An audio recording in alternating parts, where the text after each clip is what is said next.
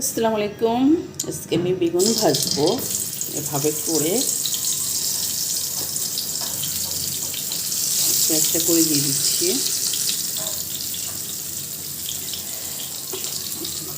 এখানে সব মশলা আছে, একে সুন্দর করে মশলাগুলো অনেকগুলো যখনই বেগুন ভাজবেন ম্যারিনেট করে রাখবেন অনেকক্ষণ, তাহলে বেগুনটা খেতে মশলাটা পুরোটা ঢুকে ভিতরে আর খেতে অনেক মজা হয়।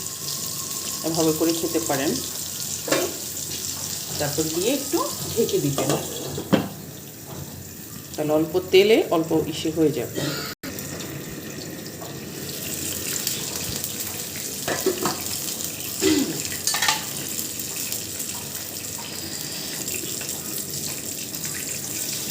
যখন বেগুন ভাজবেন মশলাটাকে একটু বেটে দিলে সাথে যাবে একটু রসুন দিয়ে দেন, এত মজা হয় এই বেগুন ভাজাটা, অনেক মজা হয়।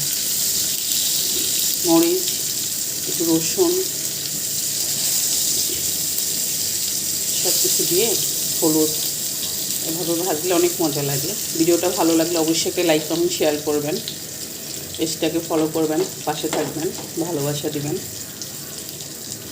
আমি তো সহজ সহজ রেসিপিগুলোই নিয়ে আসি, এভাবে মজাদার ঝটপট হয় সেগুলোই নিয়ে আসি। অবশ্যই একটা কমেন্ট করবেন, লাইক কমেন্ট শেয়ার করবেন, পাশে থাকবেন, ইউটিউব চ্যানেলটাকে সাবস্ক্রাইব করবেন।